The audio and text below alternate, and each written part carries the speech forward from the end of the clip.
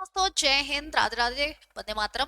आप सभी को पता है कि रीट का नोटिफिकेशन आ चुका है, साथ ही साथ फॉर्म की डेट भी आ चुकी है और आपको एग्जाम की डेट भी बिल्कुल क्लियर कट कर दी गई है कि कब आपकी एग्जाम होनी है। 27 फरवरी को आपके एग्जाम्स जो हैं वो होंगे, पहली आपकी प्रथम पाली और द्वितीय पाली में। यहां पर आपको बता दें कि रीट की परीक्षा 2025 तो होगी, लेकिन आप सभी के मन में जो है वो कुछ डाउट्स भी चल रहे हैं। वो डाउट्स क्या है यहाँ पर कि भाई सिलेबस में बदलाव क्या किया गया है, क्योंकि न्यूज निकला है कि भाई सिलेबस में बदलाव कर दिया गया है, तो आप सभी के घबराहट हो जाती है, हड़बड़ी मच जाती है कि भाई क्या ही बदलाव कर दिया गया है। दूसरा, नेगेटिव मार्किंग का बहुत बड़ा फंडा जो है वो आपके दिमाग में नाचने लगा है।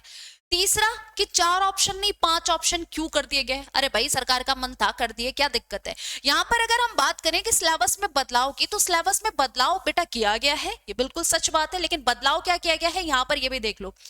मेजर सेक्शन जो आपका पहले था वही है, सिलेबस भी वही है, कुछ पॉइंट्स जो है वो एड ऑन कर दिए गए हैं और कुछ नहीं किया गया।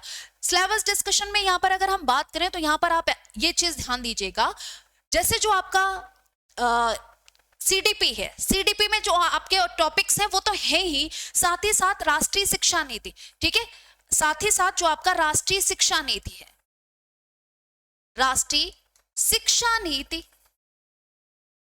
2020, ये टॉपिक ऐड कर दिया गया है, ये नया टॉपिक ऐड किया गया है।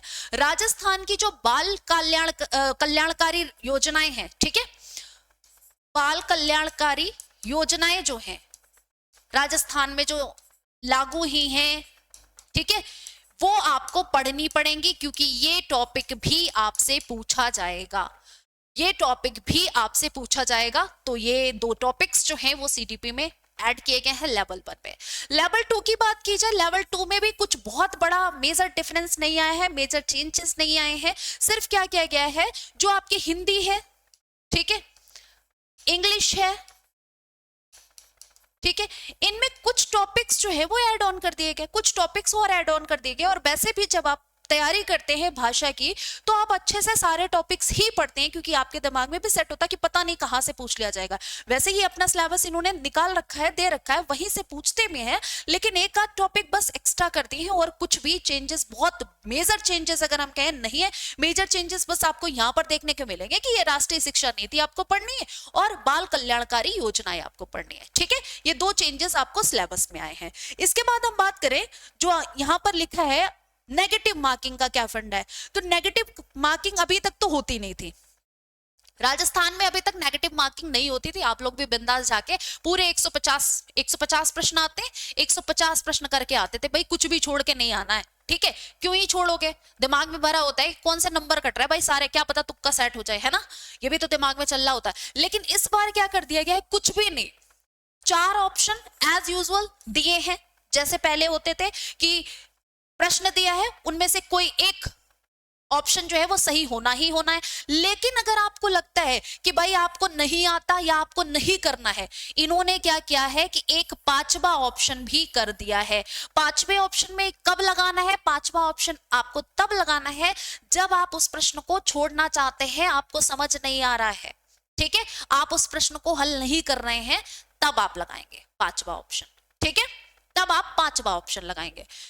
अब यहां पर इन्होंने नेगेटिव मार्किंग का नाम क्यों लिया, नेगेटिव मार्किंग का नाम क्यों लिया, नेगेटिव मार्किंग का नाम इसलिए लिया क्योंकि इन्होंने बच्चा क्या कर दिया, इन्होंने कहा है कि अगर आपने कोई भी प्रश्न ऐसा छोड़ दिया जिसमें उन्होंने दे रखा है ABCDE, अब हुआ क्या, आपसे धोखे से हो गया भाई, आपने ये ब्लैंक छोड़ दिया, किसी को टिक नहीं किया, किसी को गोला भरा ही नहीं, तो ये क्या करेंगे, आपके 1/3 मार्किंग कट हो जाएगी, नेगेटिव चली जाएगी, 1/3 मार्किंग जो है वो चली जाएगी आपकी, 1/3 मार्क कट हो जाएगा आपका, ये इन्होंने बोला है। साथ ही साथ इन्होंने बोल दिया अगर 10% ऐसे क्वेश्चन आपके निकल गए जिनमें आपने कोई भी ऑप्शन फिल नहीं किया, कोई भी ऑप्शन फिल नहीं किया, तो आपका 10% अगर ऐसे निकल जाते हैं क्वेश्चंस, तो आपकी कॉपी ही नहीं चेक होगी, आप अयोग्य ठहरा दिए जाएंगे रीट के लिए। तो इसलिए नेगेटिव मार्किंग का बस इतना सा फंडा है,